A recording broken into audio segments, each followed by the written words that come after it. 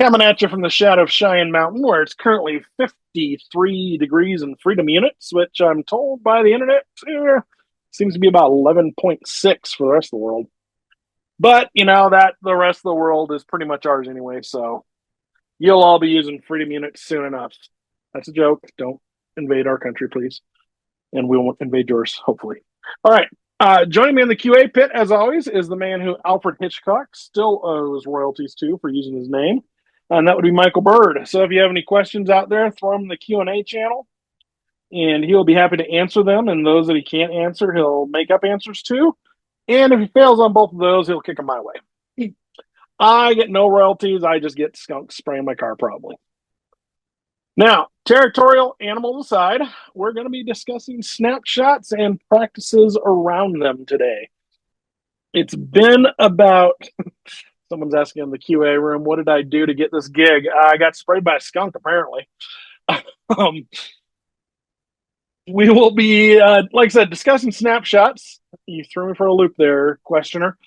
It's been about 2 years since we last hit this topic, and not a whole lot's changed in the snapshot realm. So, if you were here for that one, which I brought up and it was wildly bad on that front. So we wanted to redo it. But not much has changed from that perspective. But if you are a new admin joining us, these are good things to know and go around with. So we'll go ahead and kick things off here. And then if you have any questions, like I said, feel free to drop them out there. And we'll hit those as we can. All right. Moving right along. Snapshots, what are they? Why do I care? The surprising amount of customers from our experience in the support realm actually don't have snapshots, which really surprised me. So I came 14 years from another storage company where we were limited in snapshot count to about 255, or you can just look me up on LinkedIn and find out which storage company I'm referring to. And at Qumulo, we give you 40,000. So there doesn't seem to be a real good reason not to have them. But by and large, well, not really by and large, I guess by the whole, they're read-only point in time. So if you think of the data being written to the system, it goes in a big long line, right? Right. And then you take a snapshot at one point, and that branches the tree out, if you will. And at that point, all your writes go down this new branch. Now, the snapshot itself isn't going to take up any space until you make changes to it, to that data set that you had written out there at the branching point. So if you were to take a snapshot today, continue writing data to the system, that snapshot's not going to take up any space. If you take a snapshot today and delete all your old data, suddenly that snapshot's going to grow in size to all the old data size. The snapshot itself is going to be exactly what it claims to be. It's a snapshot of everything that was on the system. So your file data, your metadata, any of that nonsense out there, you don't have the option, well, in Qumulo at least, since we do directory-based snapshots, you don't have the option of excluding things out there. It's going to be the whole kit and caboodle of that, whatever happens to be being taken of there. And again, because these are pointers to the active file system, any changes of prior data are going to grow that snapshot in size. So what we end up seeing from a lot of customers who are new to this and possibly new to storage as a whole is, okay, cool, I took a snapshot. That's a backup of my data, correct? And at this point, everyone's hand should be raising up and you should say, no, it's not. Snapshots are not a replacement for backups. Because they are held within the storage system, because they are pointers to the active file system, if that storage system decides to go pause up on you, your snapshots are gone as well. No ifs, ands, or buts about it. There's not a space on the disk that's untouchable by anything else that says, oh, you can't go over here and and not wipe out this section of the disk, but you can wipe out this section. Nope, not an option. So if you had a chassis start on fire, well, you're down one node at that point. Even if you have 6.4 encoding, you can still support that. If you get a whole bunch of chassis on fire, well, you got a problem on your hands there. One, you should probably call the fire department. Two, you are not going to have any of your data or snapshots at that point because they are all pointers to that file system that is there. That's a key point to drive home because a lot of folks will also come back and say, oh, well, I have snapshots. I don't need to back this data up. I don't need to replicate this data anywhere. Absolutely acceptable answers. But when the time comes, and I say when, not if, but when the time comes, that data center goes down, that someone hits the magic button and the smoke comes from the sky, all of that's going to be lost. So I don't want to make this all doom and gloom, but it's important to keep in mind these are not meant to be backups or replacement for backups, rather. They're meant to be quick and easy things to recover from. All right.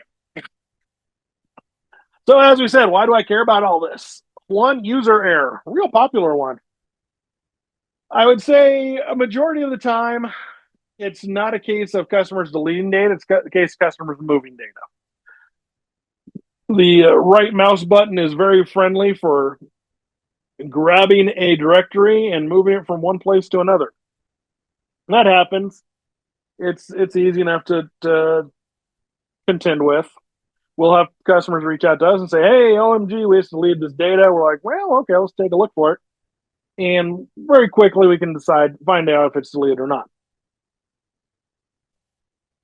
Now, if you were to be doing file system changes out there, let's say you're making a whole bunch of permission changes, for example. Well, you may want to take a snapshot first because you know what? That snapshot's going to contain all those permissions out there as well. So you'll have a safe point of return if need be. And that kind of goes hand in hand with the next one down there where it's you intend to make these changes, but maybe they weren't quite what you wanted at the end of the day. Archive and point in time recovery, these two can kind of go hand in hand. From an archive perspective, we drill the point home that these are not a replacement for backups. That said, a lot of people still will use them as such. It's a thing you can do. I don't recommend it, but it's a thing you can do. Realistically, we much prefer customers. Well, my future stock options much prefer customers buy a replication system and replicate over there. But barring that, you can certainly go ahead and keep your archives on there. And if you don't really care about them, if they do end up going missing, then you're fine. Point in time recovery, that goes hand in hand with the top one also, where this is really user error that we're aiming for here. Ted from accounting accidentally hits the big delete button. Whoops. That went away. We can get it back if we have snapshots enabled.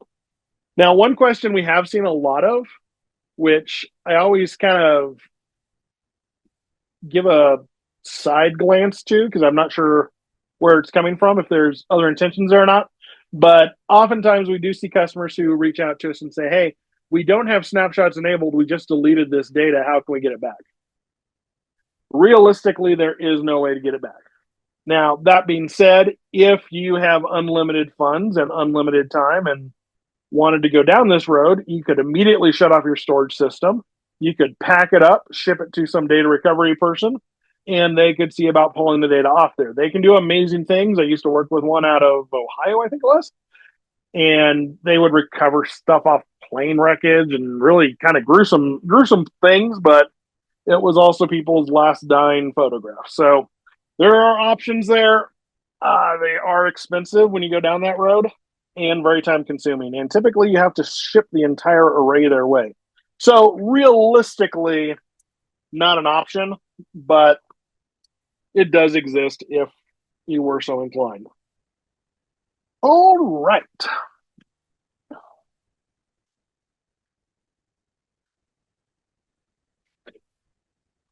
We do have a question out there. Some storage file systems support uploading snapshots to external S3 buckets as a backup option.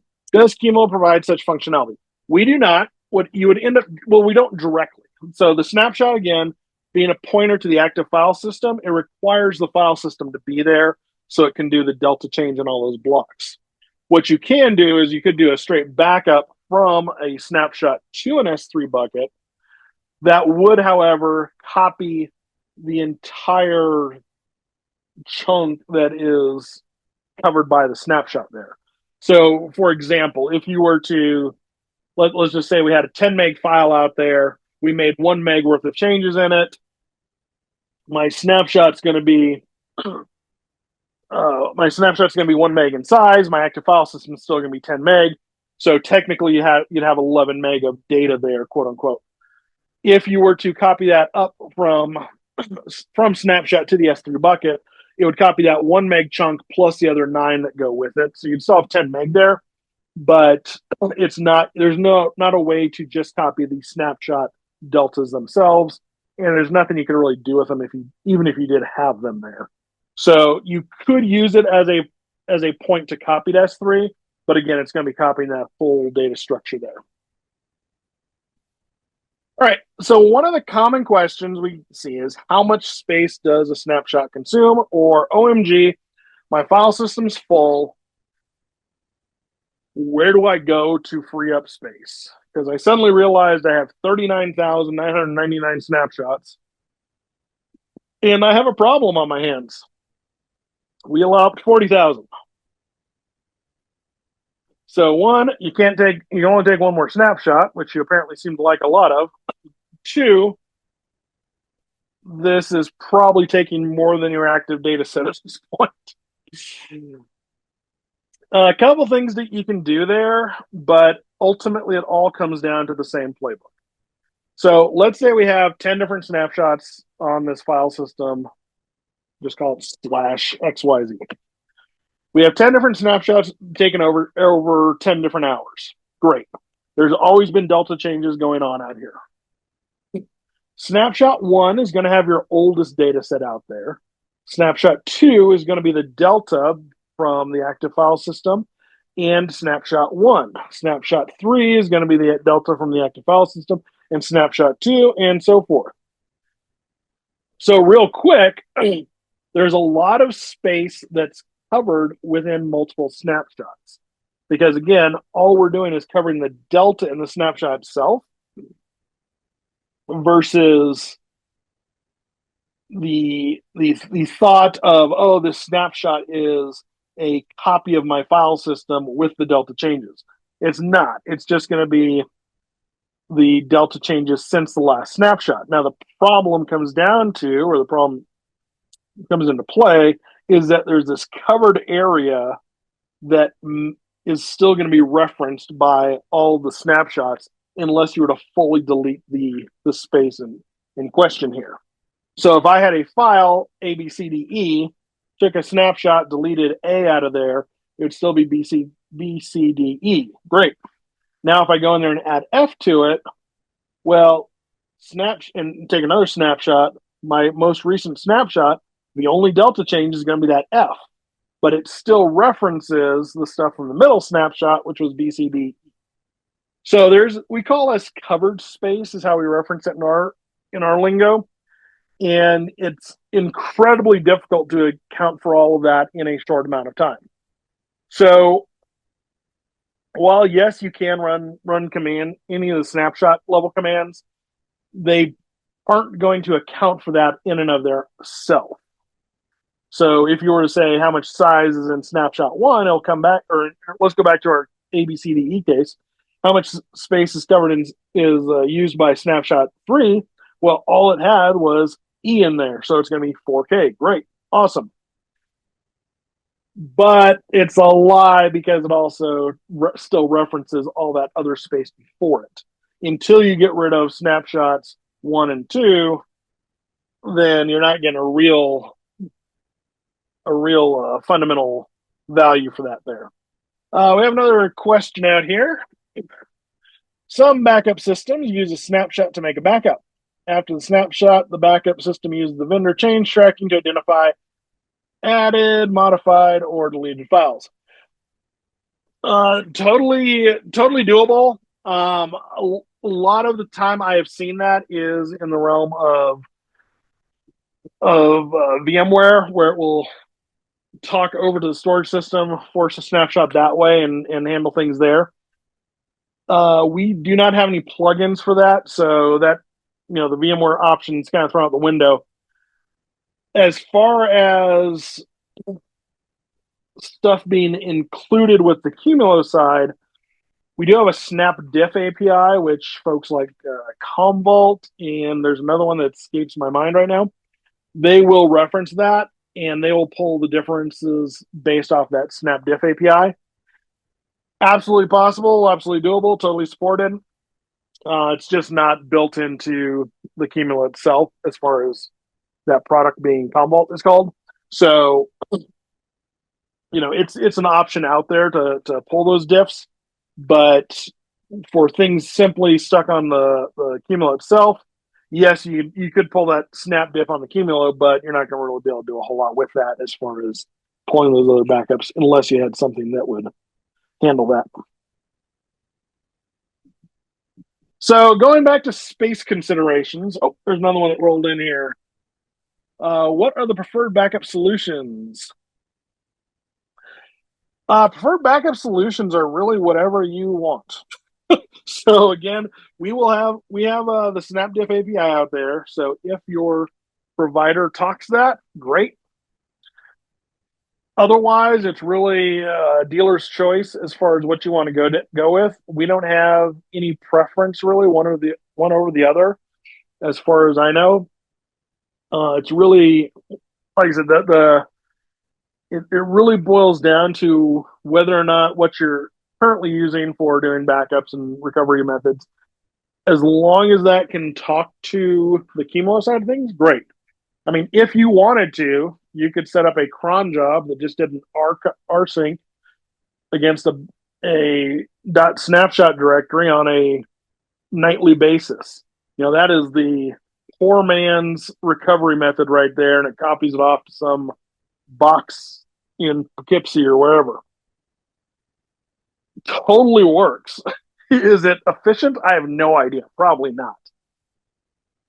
I would say if you were looking for a firm actual solution that allowed for quicker recovery, and we'll continue talking about recovery in a second. So you're looking for something that actually handled quick recovery. Replication is really going to be your best bet there, which I realize is referencing the fact that, yeah, okay, now you just told me I need to get another cluster here. Well, thanks. Yes, you do, but it is one of those things where this is built in and it goes fast and it's using its own protocols and whatnot. So it handles that very efficiently. Additionally, if you tune into last month's, or I think it was last month's webinar, might have been the one before it, you can replicate up to the cloud, which is also very nice. Fees aside for ingress and egress fees, but that gives you a confirmed offsite backup that you don't need to worry about. I love to tell the story of my first job out of college. I was working for an oil company in Denver, Colorado here. And by OSHA, we were required to keep 10 years of records. Now, if we were in 2026, then we would have been replicating those off to some system somewhere, be it cloud or on-prem. In 2000, we were saving those to tape. Great. Tape's awesome. LTO. Go LTO. And then they all went into the basement, which flooded routinely because the Palomino grill on the ground floor would dump their fryer oil down the sinks, and that would all overflow into the basement. So technically, yes, we had backups. We could not do anything with them, but they smelled very good. They smelled like French fries. All right, another question out there. We're using 2 clusters and use replication option. Only it is not a point-in-time backup. Correct. It is not going to be if you have continuous replication in play there, then that would be one thing. It's not going to be It's not going to be right down to the minute because you are dealing with lag between the two and whatnot. And even if you, unless you were taking a snapshot on a minutely basis, that's as detailed as you're going to be able to get with a policy there. So, it is something to keep in mind there. But that would be your quickest option for recovery would be the replication route. Because at that point, all you got to do is update DNS records, break the replication, make the target writable, point everything over to the target, boom, you're up and running. Now, depending on what your policies are, if you're doing continuous replication, if you're doing hourly replication, etc., that will determine how up to date that replication target is. But it is something that it's absolutely possible to do if you have the space, time, and pipe for it. You just gotta set up that continuous and let it ride. Alrighty. So we talked about space consumption. Now let's talk about the other thing, because again, we're at 39,995 snapshots out here, using up a whole bunch of space. OMG, I need some space to actually do real data writes. What happens when I delete those snapshots? Well, it's going to depend on which snapshot you're going after. If you go after a snapshot in the middle of the pack, you're probably not going to see a whole lot of space recovered. Obviously, it depends on what deltas have been written out there, but by and large, the rule of thumb is always go for the oldest snapshots first. And in doing so, you're deleting or removing that data that was written a long, long time ago, still is being referenced by that snapshot, but may or may not still be part of the active file system. Now, if it is, then all it's going to do is just move the data in that snapshot forward. So it'd go from snapshot 1 to snapshot 2. But if it's not, and presumably it's not, then that will free up space. So always, always go for the oldest ones first. As we say in that second point there, that's the technical jargon for the covered space when you have blocks that are covered by more than one snapshot. The other thing I would keep in mind in doing things along this method is where your snapshot policies actually are hanging out. If you are taking snapshots of slash, for example, that's going to be the entire cluster. Makes it really easy to do because you can say, oh, I got my entire cluster snapshotted. Awesome. But does it need to be? Because again, the question comes down to how much of that space really needs to be covered by that and how problematic is that going to be if I need to recover some? If I were to hop on my cluster right now and take a snapshot of slash, I'm going to cover things such as the slash upgrade directory. Now, I just updated to 7802 the other day, 7801, somewhere in there. And as I was doing so, it said, oh, you ran out of space on your VM. Oh, snap. So went in there, deleted everything in the upgrade directory, redid it, boom, upgrade just fine. But if I had a snapshot of slash on there, I wouldn't have actually freed up any space because all of those upgrade images would have just rolled the snapshot at that point. Then I'm still stuck in a predicament of having to go in there and delete that snapshot and then wait for that space to free up. Because the thing to keep in mind is deleting snapshots, low priority. The cluster's main role in life is to service data. If it's not doing that, then it can do other things. But by and large, it wants to serve data to end users. Deleting snapshots is not serving data.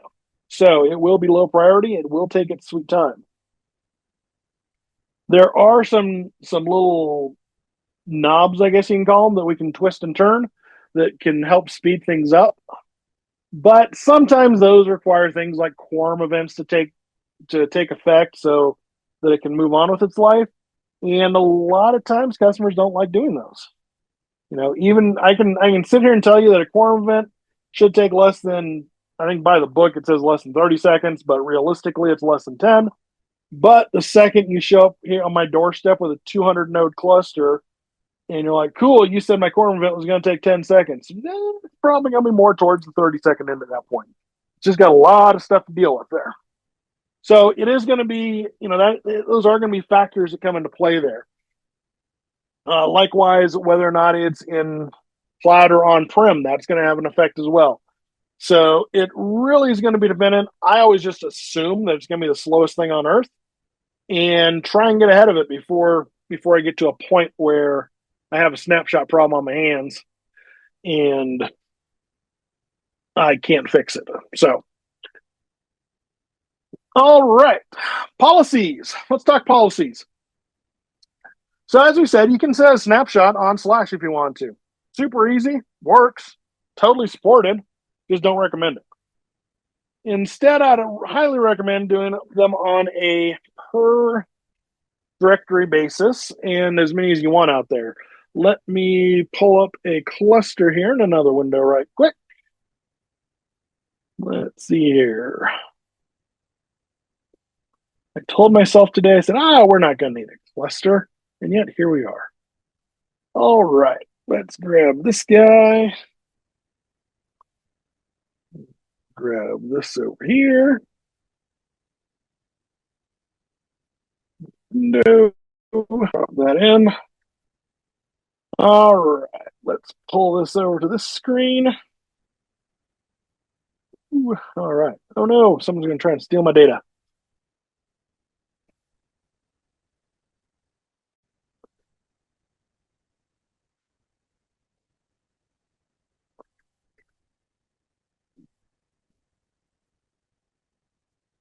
Did I not log in here? Let's try the real password.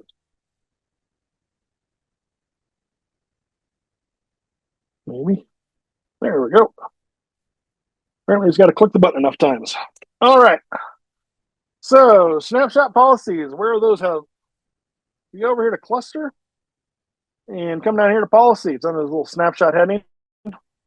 This is where you can set your policies out there for it. Now, as you can see, let's just create one here so you can see it. One, you give it a name. Call it whatever you want. Let's call it Poodles. Give it a directory. As I said, you can set this thing on Slash. Just for grins, let's leave it on Slash. See what happens. We're going to set it hourly or less. We're just going to do the worst possible thing ever here. Take a snapshot every minute, every day, never delete them. Great policy. Awesome. So this is going to start taking snapshots over on Slash. If I were to come out here to save snapshots, I now have my pool snapshot out here on Slash. And looks like I cut it right on the minute mark because I got one at 9:29 and then 9:30. Awesome. You'll notice that deletion time out there. That's also my expiration date, set to never. If you have things set to never, they will do exactly that. Cluster's more than happy to do what you ask of it. And in this case, those are never going to be deleted. Now, as it currently stands, these take exactly 4K of space. All there is an inode out there. If I go out here and start deleting things, let's see, this is the Slash. So let me pull up maybe.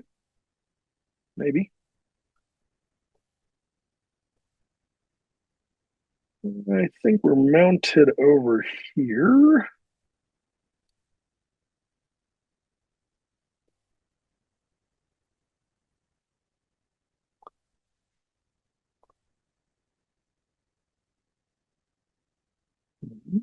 Come on, little window. You can copy it over there. Nope, can't. I think someone turned off a whole bunch of devices in our vCenter because I'm having weird things going on. Okay. For some reason, I can't copy this window over to the middle screen. Awesome. Let's do this. Flip over to this guy. Oh, I see. It was over there. And let's pull up Burger Dog here. Oh, we're not mounted on Burger Dog. We're mounted on Ben Chicken. Let's go to Ben Chicken.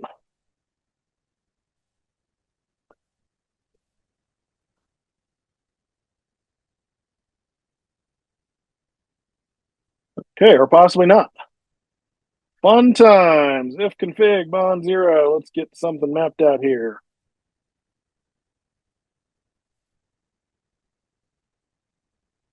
Boy, this thing's in ugly disarray. That would be the best phrase for it. Let's get back over to bin chicken and see what we can do.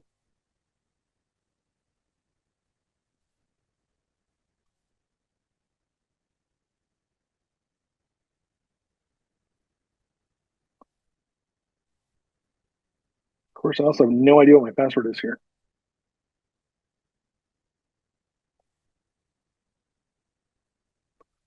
Okay, this could be a short-lived experiment. Uh, let's try one other one. Oops, nope. That's my default one. So let's try that one. Admin, 1, 2, 3.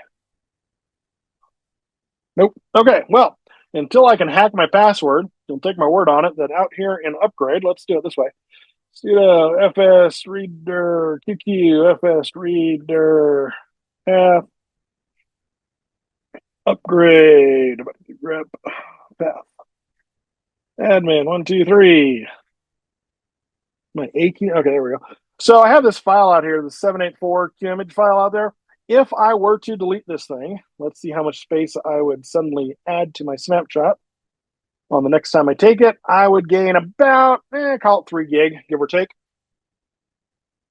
So what you'd see is these guys go up in size. You'd see the most recent one go up in size. The old ones, they're still pointing to the active file system, so nothing takes place there. When I come along, boy, this thing's been taking them like crazy.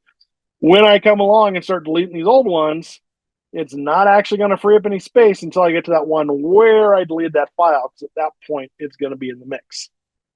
So with the policies, you can absolutely, let's get rid of this policy because I'm gonna forget about it and then it will eat up a whole bunch of space at some point.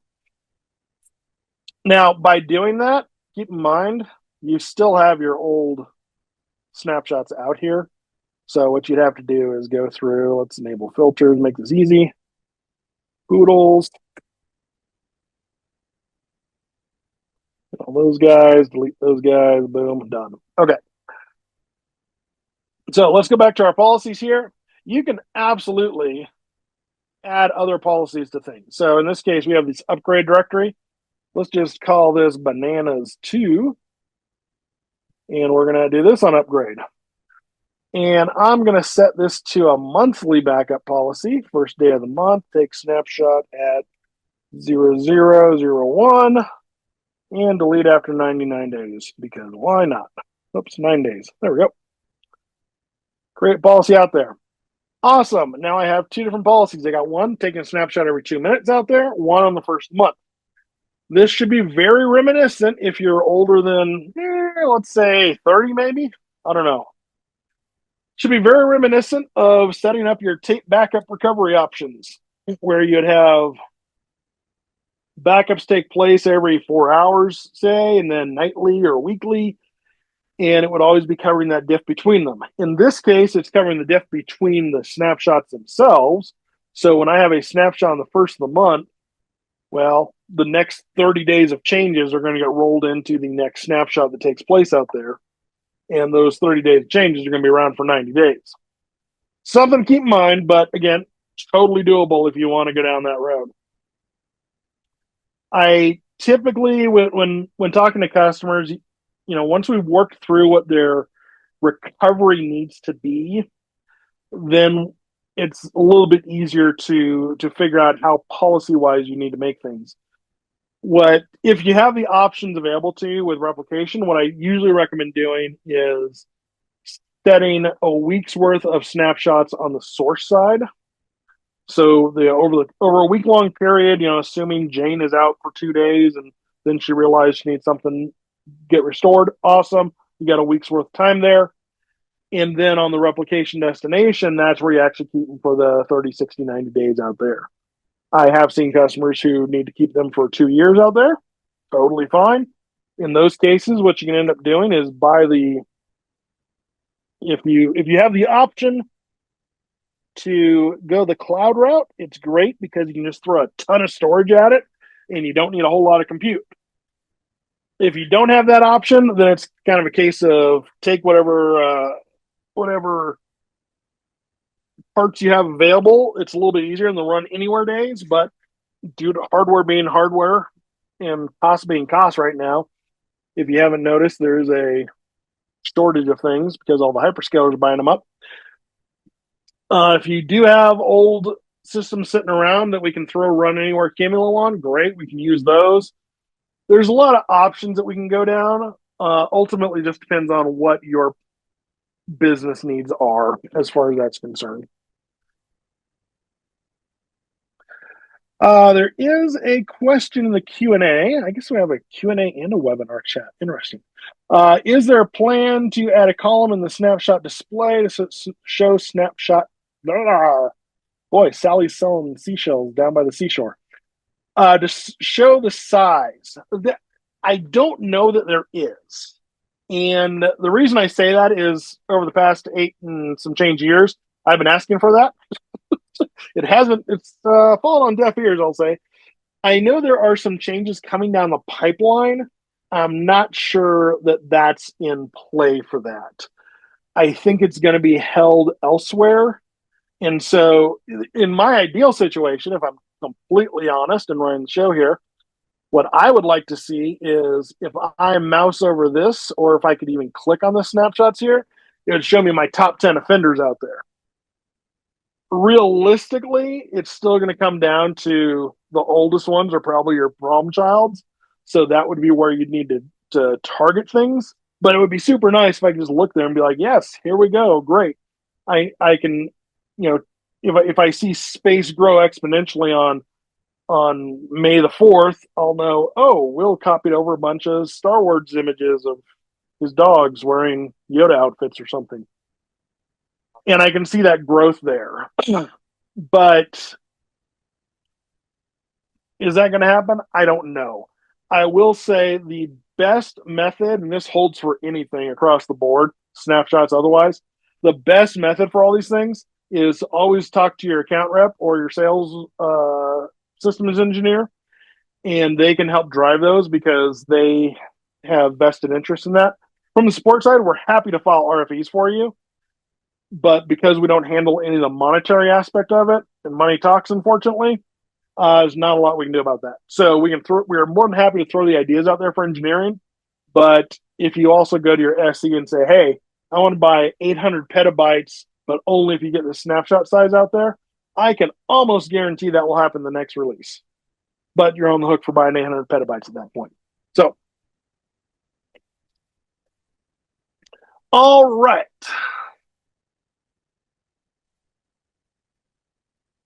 Moving along. Okay, snapshot locking. Did we cover everything over here? Oops, where's my window? There we go. So policies. If you have snapshot policy replication, you need a policy out there. Pretty self-explanatory, but does sometimes throw people for a loop. Like, why can I only do continuous replication? Well, that's because you don't have a policy defined. All right. So let's keep on moving on. Snapshot locking. This came about, and I want to say it was 6.2.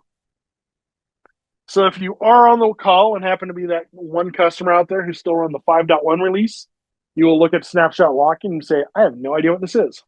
Everyone else should at least have the option to do it.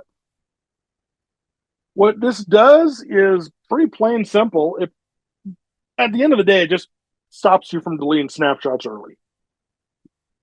As we go into our brave new world here where we see things like, oh, I don't know, ransomware getting hit once a week, snapshot locking suddenly becomes an item that goes from just being a nice thing to talk about to an actual requirement at this point.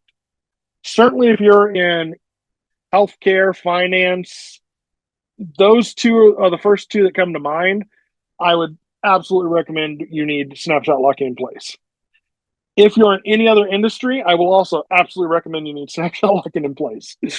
It doesn't take any extra space, and the benefits far outweigh the 10 minutes of trying to set things up and moving on with it. If you go to docs.qumulo.com, plug in snapshot locking, you'll get an absolutely usable page. Um, it also, if I'm being completely honest, as with most documentation, not just ours, it tends to put me to sleep. So I prefer more of a hands-on approach. So if you are interested in snapshot locking, reach out in your channel, ask for the to be provided with the PDF for the layman's guide to snapshot locking, or just call it the snapshot locking PDF. I wrote a walkthrough. It goes through it step by step. Here's what you need to do. There's a webinar, I think it came out last year, on doing snapshot locking, where we basically just walk through the PDF. So I don't want to cover it extensively here, but it is one of those things where highly recommend that you get that engaged on there. You can have a key on the source side and on the destination side. If you have replication going, they can be totally separate keys if you want. One very popular thing is to lock the source side, then lock the destination side with a completely different key.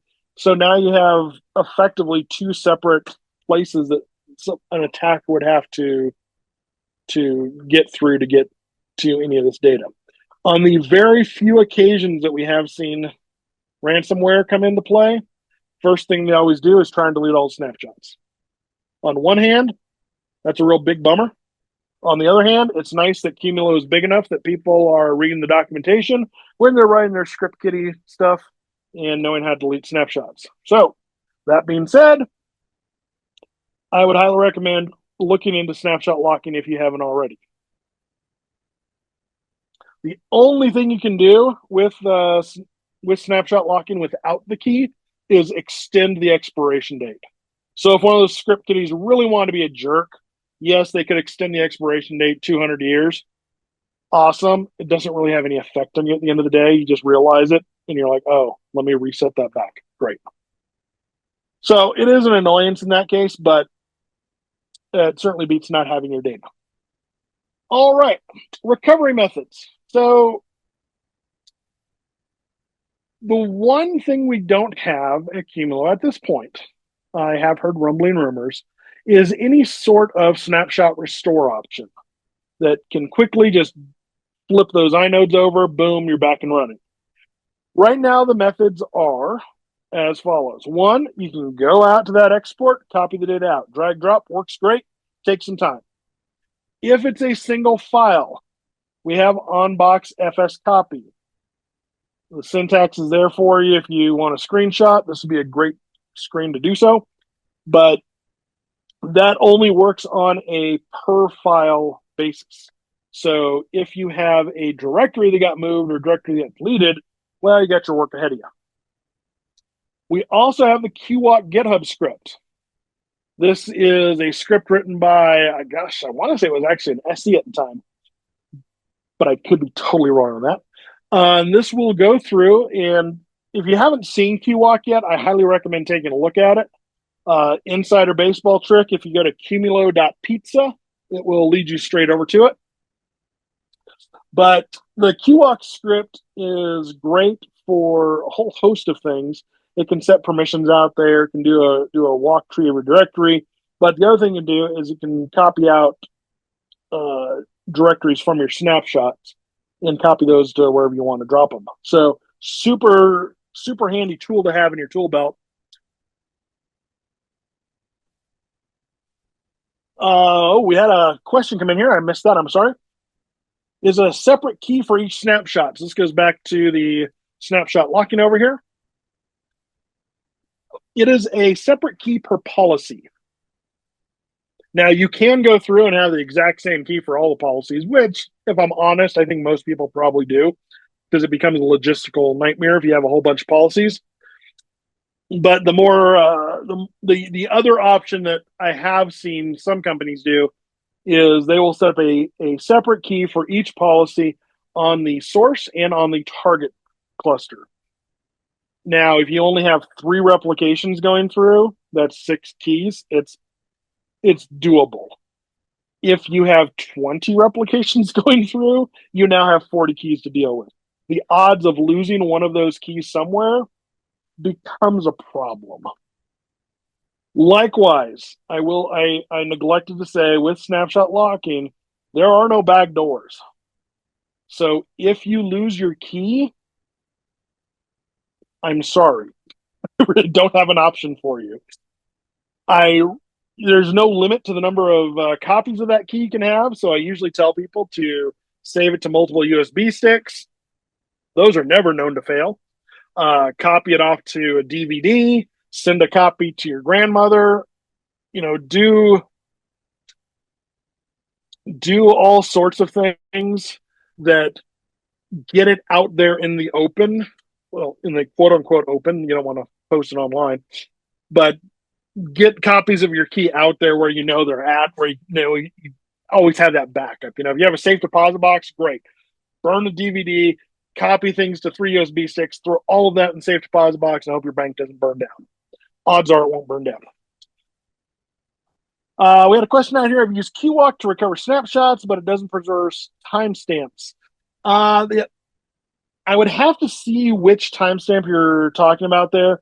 I believe it will be the creation time is probably going to be the biggest one because it would be creating new inodes at that point, and so therefore that creation time is going to be changed. What it's effectively doing is early on we talked about doing that copy from snapshot up to S3, right, where it's going through and basically copying all the data that the snapshot references. Well, that's what this QWalk is doing in that point as well. Is it's recovering things, and then you're going to have those creations out there. So my guess is that's it's probably a creation time one. I guess hand in hand there would also be the access and modify would get munged up as well. Okay, we had another question. Can you share the presentation, please? Yes, it will be shared out after, I don't know, I think it's usually a week that Hitchcock Bird can get things going here. Yeah, Will, So I'm that, answering that one in the Q&A, and I'm oh, going to see about getting the list of oh, awesome. attendees today. And in addition to posting it on our YouTube webinar replay playlist, I'm going to make an effort to send them directly to all of you. So if Sweet. I can't direct send, it will be on our YouTube channel, webinar replay. So take a look there if you don't see an email from me.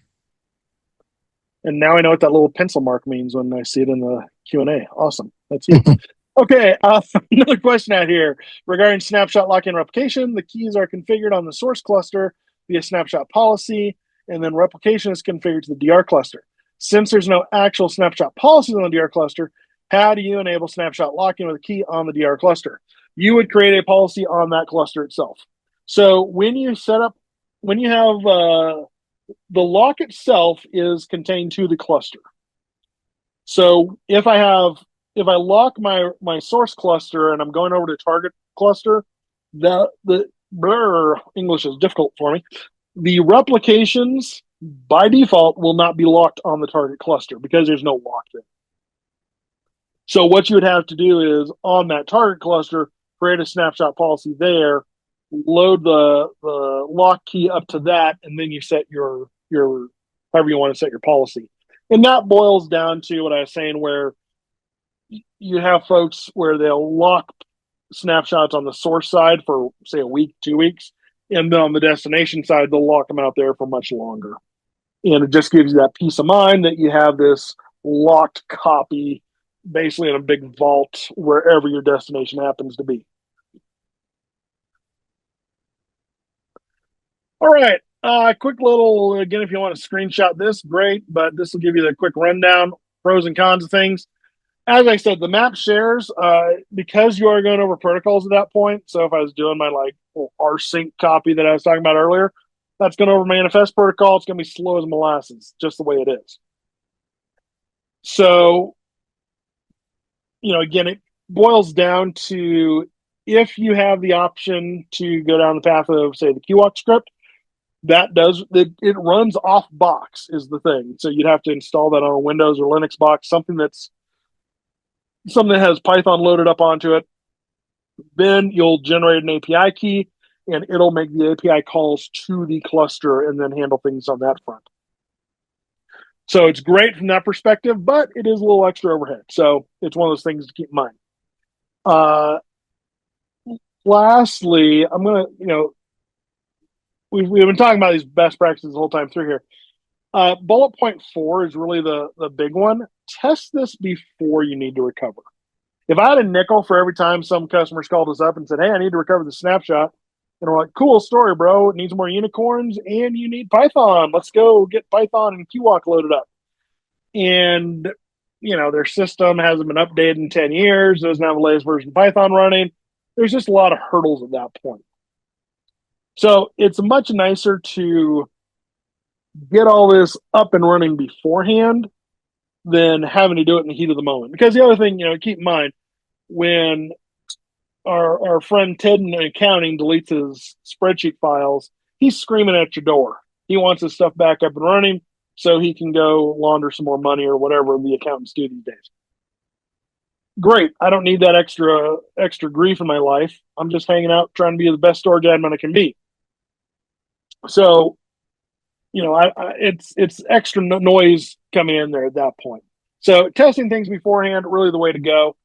It's also one of those things where I recommend getting the QWalk into your tool belt. It's just good to have. There's a lot of things you can do with it. Again, go to Qumulo.pizza. That'll take you right to it. And yes, I bought the .pizza domain so I could remember it because I can't remember it otherwise. That will get you right there, and you'll be in good shape on that front. All right. So, as Mr. Bird was saying, you can find us out on Reddit and YouTube. Smash that subscribe button, post questions out there, do all that jive. But more excitingly, is that a term? I don't know. Here's our rundown for the next month and beyond. So next month we're rolling into summer school because my kid's out of school as of last Friday, I guess it was, field day. So it's summer school for the rest of us. Next month we're going to be looking at the simulator, the OVA. You'll hear horror stories about the old 6.1 days and trying to upgrade out of that. Then we'll be talking about some Nexus out there and more, which I believe is actually going to include Qumulo alerts. Don't quote me on that, but I'm pretty darn sure it is. So good things to have in your tool belts going forward, knowing what these things do and what they can do and what they can't do. All right, couple other questions out there. Let's see. Oh, we did that one. Snapshot lock keys are great, but it moved on me. But are there safeguards in place to prevent the time being changed in the cluster or a date in the future, causing the snapshots to delete automatically? Yes, you cannot do the old time changeroo. That does not work with the snapshot locks, as I recall. So the timekeeper they use and play there is not the system time. So you're still stuck. If you set that thing for 2099 and then lose your key, well, you're on the hook till 2099. Congratulations. Now, your options at that point, because obviously the cluster's not going to run that long, it just physically can't. The options at that point are pretty limited. One, look around for the key as best you can. And this goes back to having multiple copies of it saved in good places. Maybe your grandmother's house is not the best place to keep them, but outside of that, safe deposit boxes are great. Two, you can always go out there and pave the cluster. Now, if you were going to go down that road, the much better path, I would say, would be to spin up a new cluster, replicate everything over to that one, and then get things going from that perspective. Because again, replication's not going to replicate that key. That will be contained on the source target or source cluster only. So there's ways around it. They're just not pleasant, I guess. I don't know. You could spin up a cloud cluster fairly easily and then replicate to that, then wipe your other cluster, then replicate back. But at that point, you might as well just keep it in the cloud. Make that OpEx instead of a CapEx. I don't know. Here's options. All good things to discuss with your account team if it comes down to that. But outside of that, there you go. All righty, folks. Well, if there are no other questions out there, then I will let you all get back to your day. If you see any talking dogs, be sure to feed them tacos and enjoy the rest of Harambe for the next, I don't know, what, 11 hours, somewhere in that neighborhood. And we'll see you next month, last Thursday. We'll be talking OVA and simulator, one and the same. All right, guys, take care out there.